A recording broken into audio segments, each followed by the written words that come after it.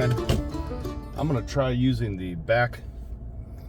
So the front facing camera is not in 4K, but this camera is. This is the rear facing camera. But my buddy Sean let me know, hey, just try using it without the screen, and that's what I'm doing. Like I like to be able to see the screen so I know if I'm in the frame.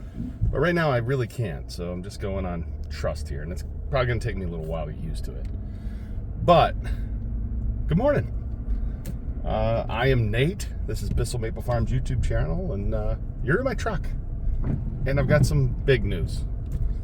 Big news. So, you remember a long time ago, we partnered with a company called Atlas Copco.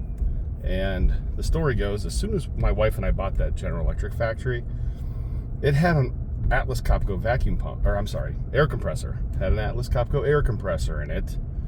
That was from 1990. It was 50 horsepower. And it had 50,000 hours. And I thought to myself, wow, 50,000 hours. We're going back 7 years. That's like 100 maple seasons. Like, I did the calculations. I'm like, that's a long time. And that's a 1990 technology, so technology's probably gotten better. So I reached out to Atlas Copco and I said, hey, I'm Nate the Maple Farmer. We have a little equipment business, and we'd like to work with you on vacuum pumps. And my buddy Walt, he reached out. And Walt was the first guy at Atlas Copco to go, Fred and Nate, I like these guys. I like what they're doing. They're not doing anything. No one is doing things like them. They're different, right? I mean, we're doing something cool. Like, it's a cool business, right? Maple syrup. If I go to a dinner party, I win, right? So, everybody goes around the room. What do you do? I'm a doctor. I'm a pharmaceutical sales rep, Yay, And then it gets to me, and I just play it off cool, like, I'm a maple farmer. What? Oh, yeah, I'm a maple farmer. It doesn't go any further than that. Like, I have the coolest job in the world. So you go to dinner parties, you win, right? So everybody's got a job. We all think we understand what they do because we've heard of the job before, but no one's really actually met a maple farmer. If you think about it, I mean, Ohio's got almost 12 million people. Pennsylvania's got almost 13 million people. That's 25 million people. That's like almost the population of Canada. I think we need another 10 million. I think Canada's 35 million, I think. There's a very good chance if you go to a dinner party at Vermont, you'll meet somebody that is a maple farmer. But if you go to a dinner party in Pennsylvania or Ohio, because of population, you're not likely to meet a maple farmer. So anyways, after we got talking to Walt's a Pittsburgh guy, and he's like, Nate, I tell you what, I'd like to send you a vacuum pump. This is 7 years ago. To try in the maple industry. And it was a stainless steel claw pump. Now, I had heard all the horror stories about the Bush vacuum claw pumps, right? So the maple farmers, you get sap in it, you run sap into one of them claw pumps. It was a nightmare. Now, Bush did invent the claw pump, but that wasn't the genius of it. The genius of it was making the repairs something only they could do. That was the genius of it. So from a money-making standpoint, they built in a money-making, I'm not going to call it a scheme, I'm going to call it a scheme, a money-making scheme. So these guys made these pumps. The internals were not stainless, and the only way to get the claws repaired or fixed was you had to send it to the repair center in New Jersey. Like, this is well known and documented in the maple industry. So when Walt came to me and said, hey, we got a stainless steel claw pump, it's a pretty good product, and you can take the claws off. Like, they're basically, so you can't put it together wrong. Now, this was foreign to the maple industry. So many people have had bad experiences with the Bush claw pumps in the maple industry that it kind of like tainted everybody. I'm still dealing with it because when I mentioned the Atlas Copco claw pump, people are like, ugh, thank you, Bush. Thank you for that. Anyways, that's kind of like the little backstory on it. So one of the cool things I get to do now is Atlas Copco, they're a $64 billion company. I'm just a little maple farmer. They are sending us the first pre-production DZS 150A. A is an Atlas. And this is very similar to the 150, which was the first claw pump that I used in the maple industry. Dad and I, I'll put the links up above so you can watch them monkeyed around. So I am also fortunate that my dad has the background with the VFDs. He's a retired electrical engineer, so I kind of had a built-in R&D team. And we tried a few different drives. We smoked one of his old Reliance drives. We tried Alonza, because that's what everybody uses. And my dad's like, don't ever send me Alonza again. So we went with these Westinghouse Ticos, which are pretty nice drives. Pretty nice VFDs. My arm's getting tired. Hold on. I just got an email confirmation yesterday that we'll be receiving the first in North America of the DZS 150A. That's a 5 horsepower claw pump, 108 CFM, 28.3 inches of vacuum at sea level. So I think we get like 27 something, 27.3 on our operations. And I know, like, you can get an oil vein pump and probably get the best vacuum on planet Earth. And it's true, like, those oil vein pumps definitely get a deeper vacuum, as these industry guys say. And it's true, like, you will suck the sap. You'll drop the level on your pond because you're going to suck so much sap through your maple trees. It's true, like, the moisture in the ground will be drier because of how well those old school oil vein pumps work. Like, I get it. I used one last year. I get it. I know you want to make 1 gallon of maple syrup per tap. You guys want to make 11 pounds per tap. I get it. However, with the claw pumps, they're kind of bulletproof. Like, you can run sap into them. They don't, like, break. We have figured out that the micro droplets of sap do carry sugar. Got to support my arm here. So the sugar will eventually hit those hot claws. The water will evaporate and you're left with sugar, right? So we've learned to use sugar. I have an oil that actually dissolves sugar. So a sugar dissolving oil that we use in our claw pumps, periodically to clean the sugar out of there. Because if the sugar builds up, you stop that claw pump, the sugar cools, it basically becomes like sand. It's not as hard as sand, it's not quartz, but it's pretty hard, and then that pump doesn't want to start again. So we've learned, use sugar dissolving oil. I'm pretty excited, as you can tell. Pretty excited. So they're going to send us a new model DZS 150A, and this is quieter. It is got better cooling technology and capacity, so it'll stay cooler, and it's easier to replace the seals should you ever need to replace them. Now, the gearbox oil needs changed at 20,000 hours, I think. Maybe it's 4. I don't know. Like, you shouldn't have to do anything. 20,000 hours, I think you need to replace a gearbox oil. So these things are just meant to run like every day, their whole life. They are industrial pieces of equipment. But we're going to actually take that over to my buddy Matt Emmerich's place in Pennsylvania, Somerset County. And we're going to actually trial that vacuum pump in one of his pump houses. So I'm excited. Stay tuned. Yeah, I'm glad that Atlas Copco, $64 billion company, as companies get bigger, essentially, this is why I got out of corporate America. People go to work every day trying not to get fired.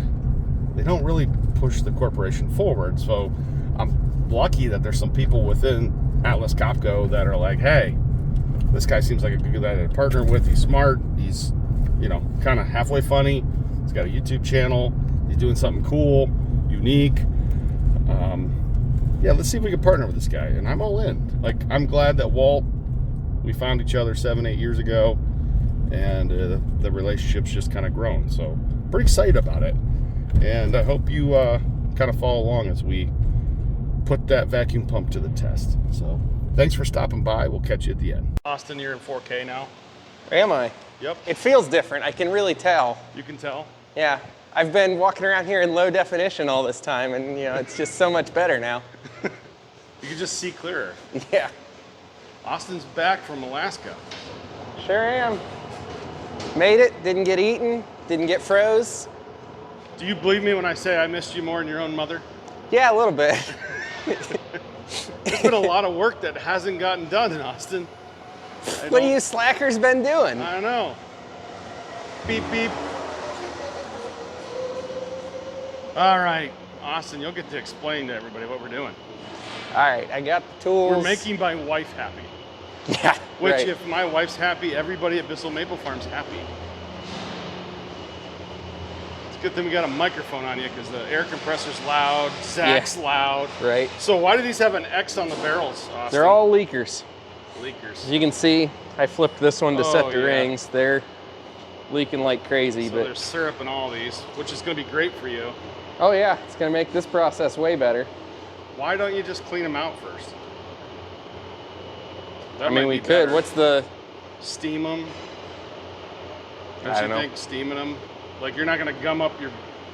Hey man, it's your funeral. Yeah, I don't know. I don't know if steaming them would be worth the time. We can try it. Well, I can tell you that we've always cleaned barrels with maple before running them through the table saw or anything. Yeah. So I No, think it's that gonna I can work believe. fine probably. But you won't get goo all over your. Right. Guess what? I think our sawzall here. Yeah.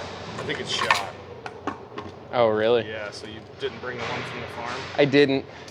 I figured we wanted to go corded. Oh, you could do that.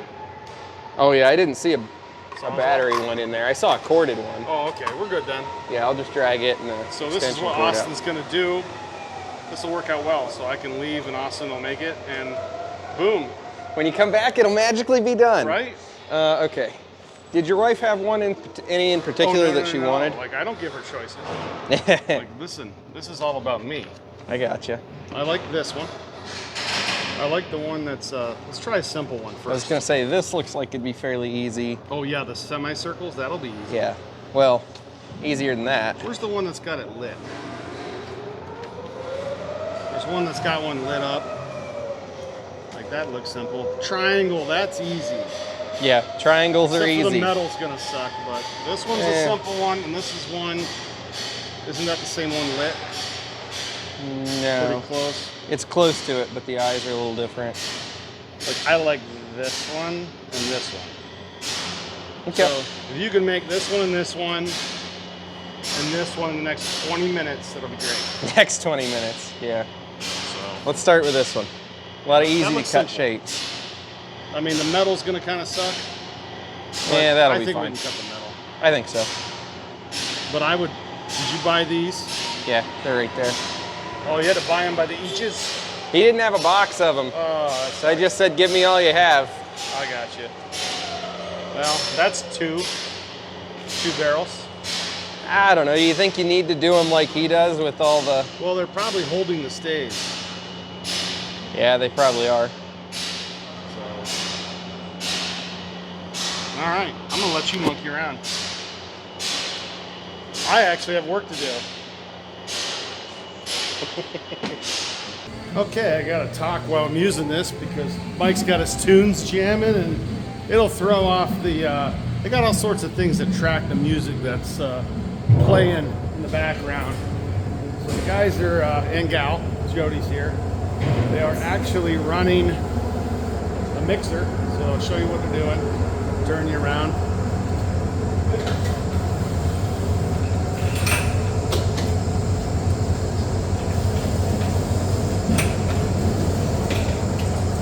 Getting pretty quick at this, guys. So that's already turning? Oh yeah. It turns quick. That looks dark. Looks dark. It does lighten up when you drive out. Oh really? Yep. So they got pot washing going on. So the pots immediately get washed between every batch. That's what they've learned. And I'm in the way of progress. Yeah, I can't do that. That's actual work, Kyle. Kyle, you just gonna dump that yourself? Yeah, I'm gonna try.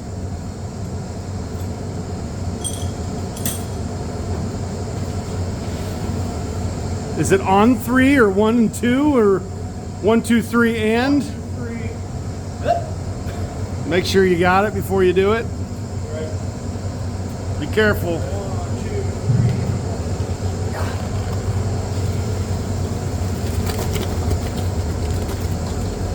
I mean, that stuff in there is almost already sugar.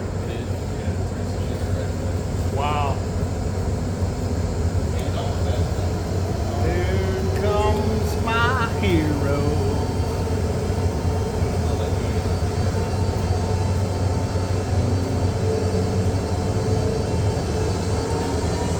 You're a real pot stirrer, Mike.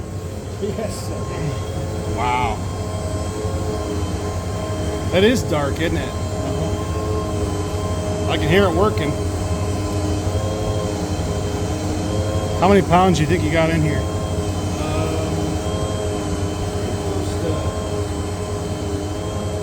Right over 500 pounds in there.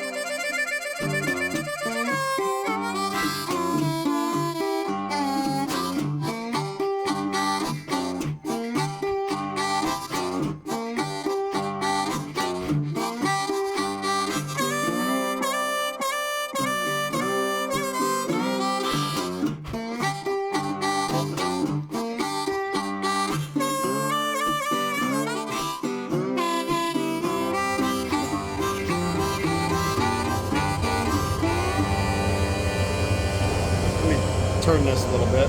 I think this is gonna work. So that's about the max we can put in this mixer. 17.5 cubic foot iron side ribbon blender. You can get about 500 pounds of maple sugar in there. That's max. She starts working too hard as you get above 500 pounds. But we are in discussion with Cody about potentially getting a bigger motor, gearbox. I know Daniel made some adjustments in the VFD, so it has more torque at startup. But we've stalled it. We've actually stalled this thing. So, yeah, we might just need a bigger mixer. I think that's where it's headed. It's just need a bigger mixer. But you know, once you stall out some equipment, you know, you keep trying to get better, and then you start finding where the limitations are. We have found the limitations.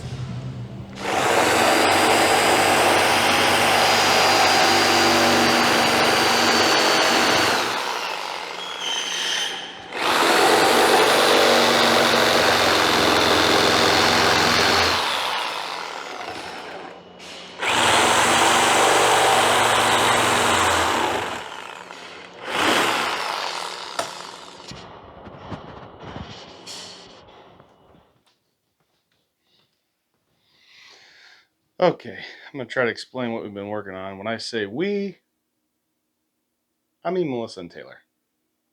So this is our water activity meter, which measures the water activity. That is the analytical step. This is what it does. It measures water activity. Comes with a iPad, and water activity and moisture are correlated. So we use an oven. We use this fancy jeweler's scale, and we will weigh samples of maple sugar, put it in the oven. After 2 hours and 275 degrees, we will weigh it again.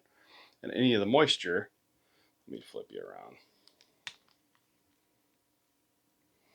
And any of the moisture that's in the sample will be driven out by the oven.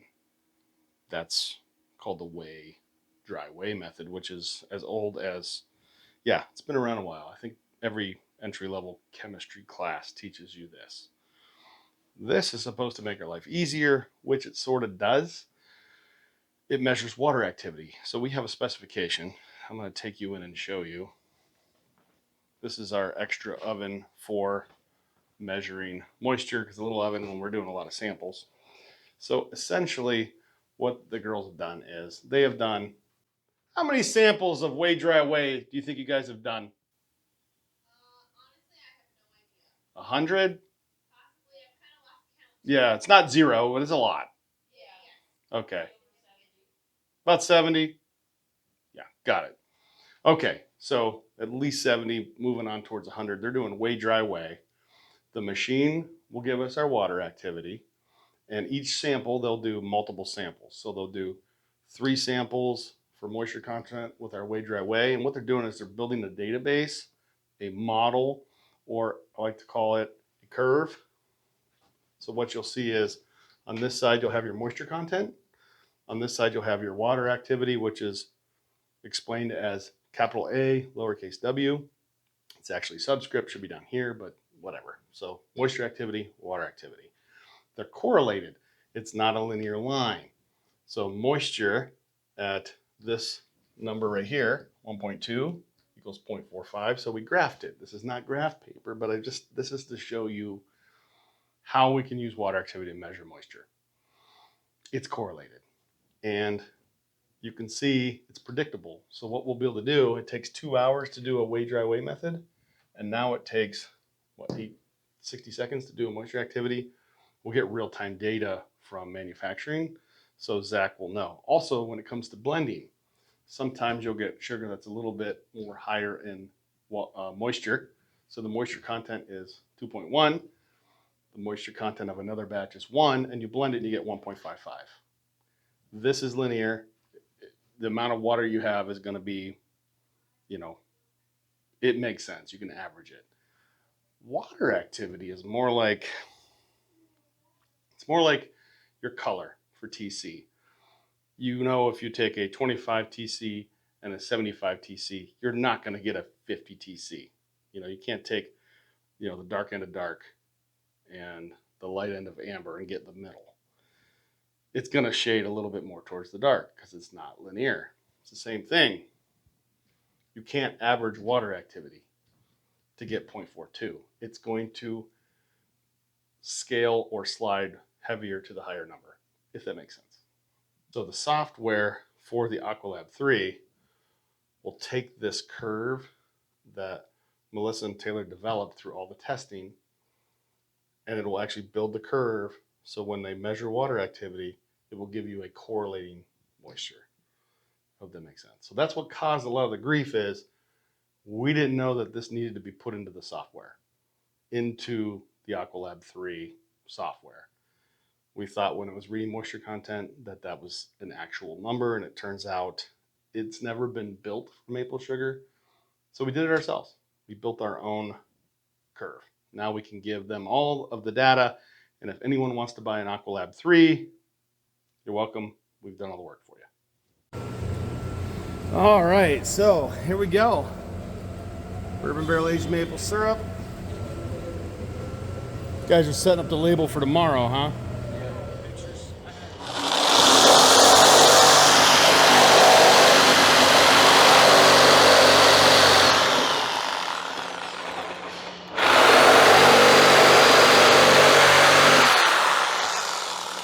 This worked out pretty well, dude.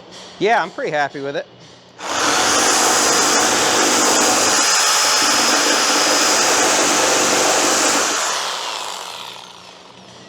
And it wasn't really. I guess what I was saying is, like on this one, I see what you mean. It's got the. you do it straighter.